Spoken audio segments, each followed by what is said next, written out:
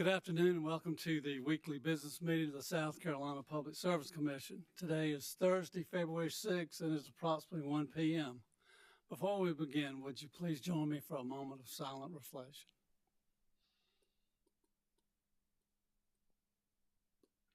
Thank you very much.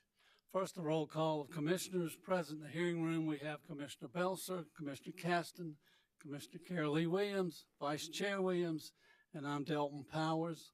Joining us virtually, we have Commissioner Hedden Thomas. Mr. Powers, would you please proceed? Good afternoon, Chair Powers, Vice Chair Williams, and Commissioners. The first order of business is to set the next regularly scheduled business meeting. Staff recommends that the next Commission business meeting be set for Thursday, February 13th, 2025 at 1 p.m. The next business meeting will be February 13th at 1 p.m. Today we have 3 items on the utilities agenda and 8 items on the transportation agenda. Item number 1 on the utilities agenda is in docket number 2022-238E. This item involves final disposition of this docket. Having heard item number 1, is there a motion? Mr. Chairman. Commissioner Belser. Thank you. In compliance with order number 2023-550, Dominion Energy South Carolina Incorporated filed its application seeking approval of its CPRE program, which includes the CPRE guidelines and pro forma CPRE RFP documents. I move the Commission find Dominion's CPRE program complies with the requirements of order number 2023-550, and accordingly I move the Commission approve Dominion's application of its CPRE program and the included CPRE program guidelines, and recognizing that the pro forma CPRE documents will be tailored to each specific future solicitation except the pro forma CPRE documents. A full order will be issued detailing the Commission's decision. So move. Thank you, Commissioner Belser. Having heard the motion, is there any further discussion? Chair Powers. Commissioner Williams. Thank you. The General Assembly gave the Commission a 1-sentence statute relative to consideration of creating programs for the competitive procurement of energy and capacity for renewable energy.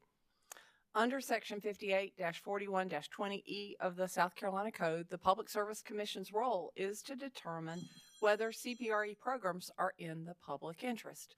I support Commissioner Belser's motion, and I want to explain why.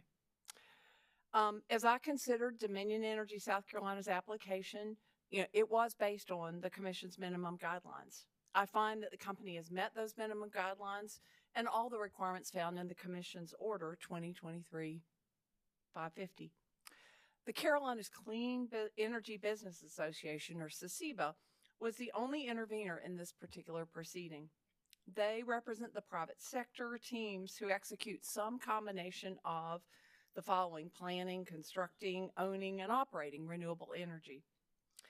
They present a number of opportunities to Dominion Energy South Carolina that could provide clarity regarding unresolved needs, questions prior to the company's execution of their CPRE RFP solicitation. In this proceeding, Dominion is responding to the Commission's requirement that it create programs responding to minimum guidelines. And Dominion made a convincing argument to me that now at the program phase is not the time for further discussion regarding the recommendations of CCEBA. Any discussion now would be more theoretical than pragmatic. Too much may change between now and when Dominion sees a need for its CPRE RFP solicitation. Finally, and perhaps most important to my decision-making, witness Kujak from Dominion testified that built into their process would be, and I quote witness Kujak, 60 days prior to release, Dominion would be issuing what changes it's intending to make and also opening up that comment period. So, and I'm continuing to quote, that's the intent of that, is to address in spirit the Section 9, where it continues to work with stakeholders even after, the development of these pro forma documents. The point to me is that Dominion has built into its guidelines and its RFP development process the time to continue their discussions with stakeholders I personally hope this will lead to opportunities to improve fairness, efficiency, transparency, and enhance the public's interest in the next step of Dominion Energy South Carolina CPRE program development and RFP. Thank you, Chair Powers. Thank you, Commissioner Williams. Any further comments? Hearing none, we'll proceed to a roll call vote, beginning with Commissioner Belser. I vote aye. Commissioner Caston. Aye. Commissioner Thomas. Commissioner Thomas. Aye. Thank you. Commissioner Vice Chair Williams. Aye. Commissioner Williams. Aye. And I vote aye. The motion carries. Utility items number 2 has been deleted from the agenda. Item number 3 is in docket number 2005-83A, which involves an amendment to Commission Directive Order number 2024-204 concerning motions to the withdrawal council due to a change of employment or retirement. Thank you, Mr. Powers. Having heard item number 3, is there a motion? Chair Powers, I'd like to make a motion. Commissioner Williams. Thank you. I move that the Commission amend Directive Order number 2024-204 to provide that a standing hearing officer directive can be issued when a motion or request to withdraw is made due to a change of employment or retirement without a contemporaneous request for addition or substitution of counsel. The Commission Directive Order shall be amended to change and, quote unquote, in the last sentence to and or. As amended, the Directive Order number 2024-204A read as follows. I move that the Commission grant authority to the standing hearing officer to administratively determine and issue a directive order concerning a motion to withdraw counsel of record due to a change of employment or retirement and or a resulting motion to substitute counsel due to the change of counsel. I so move. Thank you, Commissioner Williams. Having heard the motion by Commissioner Williams, is there any further discussion? Mr. Chairman, if I might. Commissioner Belser. I support Commissioner Williams' motion. Just for anyone listening, I just want to point out, when we issued this directive order some time ago, I think we were seeing a lot of withdrawal of counsel and substitution of counsel filed contemporaneously. However, recently we had a withdrawal of counsel where there was already co-counsel on the case, and so there was no corresponding motion to substitute or add counsel. And just in an abundance of caution, I think it was proposed that we make it and or in case there is no contemporaneous motion, just to clarify that the standing hearing officer would have the ability to make issue a directive or standing hearing officer directive on such a case. And so it's really just to clarify an oversight that we probably made in the first instance. So I appreciate staff bringing that to our attention. Thank you. Thank you, Commissioner Belser. Any further discussion? Hearing none, we'll proceed to a roll call vote, beginning with Commissioner Williams. I vote aye. Commissioner Belser. Aye. Commissioner Caston. Aye. Commissioner Thomas. Vice Chair Williams. Aye. And I vote aye. The motion carries. In item number 4, staff presents for commission discussion on Ripple Fiber Incorporated and gas line service interruptions in the town of Lexington. As to item number 4, do I hear a motion? Chair Powers. Commissioner Caston.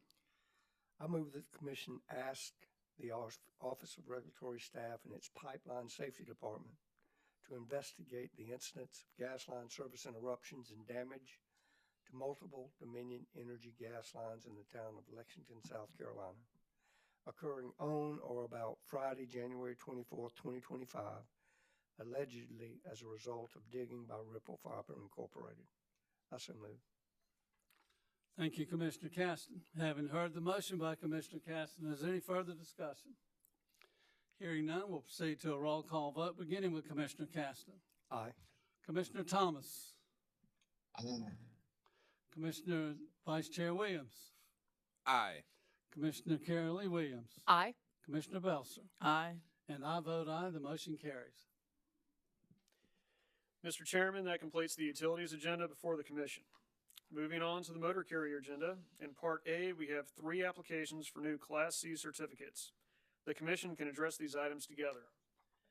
Item 1A is in docket number 2025-27T, which is the application of Touched by Angels Transportation LLC for a Class C non-emergency certificate. Item A2 appears in docket number 2025-28T. This is the application of SST America LLC for a Class C stretcher van certificate. Item A3 is in docket number 2025-29T, which is the application of Big WH LLC for a Class C charter certificate. Thank you, Mr. Powers. Before we proceed, we want to make sure we don't have a technical problem.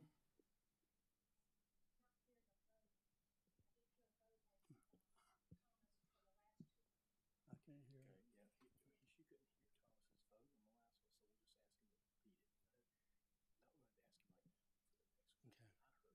All right, thank you very much. Having heard the motion as to, or heard the cases as to A1 through A3, the applications, is there a motion? Chair Powers, I'd like to make a motion. Commissioner Caston. I move that the commission approve the applications for Class C certificates in item numbers A1 through A3 as listed by Mr. Powers. Directive order will be issued for the application in each respective docket. Thank you, Commissioner Caston. Having heard the motion, is there any further discussion? Hearing none, we'll proceed to a roll call vote, beginning with Commissioner Caston. Aye. Commissioner Thomas. Aye. Commissioner Vice Chair Williams. Aye. Commissioner Carol Lee Williams. I vote aye. Commissioner Belser. Aye. And I vote aye, the motion carries. In Part B of the transportation agenda, we have 1 request to amend a certificate. Item B1 is in docket number 2005-14T. This is a request from Old Savannah Tours LLC to amend Class C charter bus certificate number 0196 to read Elite Savannah Travel LLC. Thank you. As to item B1, is there a motion? Chair Powers. Commissioner Carol Lee Williams. Thank you. I move that the commission grant the request of Old Savannah Tours LLC to amend the name on its Class C charter bus certificate number 0196 to read Elite Savannah Travel LLC. Thank you, Commissioner Williams. Having heard the motion by Commissioner Williams, is there any further discussion? Hearing none, we'll proceed to a roll call vote, beginning with Commissioner Williams. I vote aye. Commissioner Belser. Aye. Commissioner Caston. Aye. Commissioner Thomas. Aye. Vice Chair Williams. Aye. And I vote aye, the motion carries. In Part C of the transportation agenda, we have 4 requests to reinstate certificates, 3 of which the commission may address together. Item C1 is in docket number 2013-175T. This is a request from Leroy Morgan to reinstate Class C charter certificate number 9829. Item C3 is in docket number 1989-368T. This is a request from Blue Ribbon Taxi Cab Corporation to reinstate their Class C taxi certificate number 5085. Item C4 is in docket number 2023-210T, which is a request from John Johnson, DBA Johnson Transportation, to reinstate Class C not emergency certificate number 9839. As to items C1, C3, and C4, do I hear a motion? Chair Powers. Commissioner Thomas. I move that the commission approve the requests for reinstatement of class certificates in item numbers C1, C3, and C4 as listed by Mr. Powers. A directive order will be issued for the request in each respective docket. Thank you, Commissioner Thomas. As to items C1, C3, and C4, the motion made by Commissioner Thomas. Is there any further discussion? Hearing none, we'll proceed to a roll call vote, beginning with Commissioner Thomas. Aye. Vice Chair Williams. Aye. Commissioner Williams. Aye. Commissioner Belser. Aye. Commissioner Caston. Aye. And I vote aye, the motion carries. Item C2 is in docket number 2011-182T. This is a request from Elite National Transportation Service LLC to reinstate Class C non-emergency certificate number 8460-A. As to item C2, do I hear a motion? Chair Powers, Commissioner Thomas. I move that the commission deny the request of Elite National Transportation Service LLC for reinstatement of Class C non-emergency certificate number 8460A. The motor carrier's Class C non-emergency certificate number 8460A was canceled on July the 9th, 2019. Due to the length of time that has elapsed between cancellation and the current request for reinstatement, the motor carrier should file a new application for Class C non-emergency certificate with the commission to reflect the applicant's current information and come into compliance with commission rules and regulations. So moved. Thank you, Commissioner Thomas. Having heard the motion by Commissioner Thomas as to item C2, do I hear any further discussion? Hearing none, we'll proceed to a roll call vote, beginning with Commissioner Thomas. Aye. Vice Chair Williams. Aye. Commissioner Carol Lee Williams. Aye. Commissioner Belser. Aye. Commissioner Caston. Aye. And I vote aye. The motion carries. Mr. Chairman and Commissioners, this concludes all business noticed before the commission today. Thank you very much, Mr. Powers, and thank all of you who joined us virtually. Go out and enjoy your day. We are adjourned.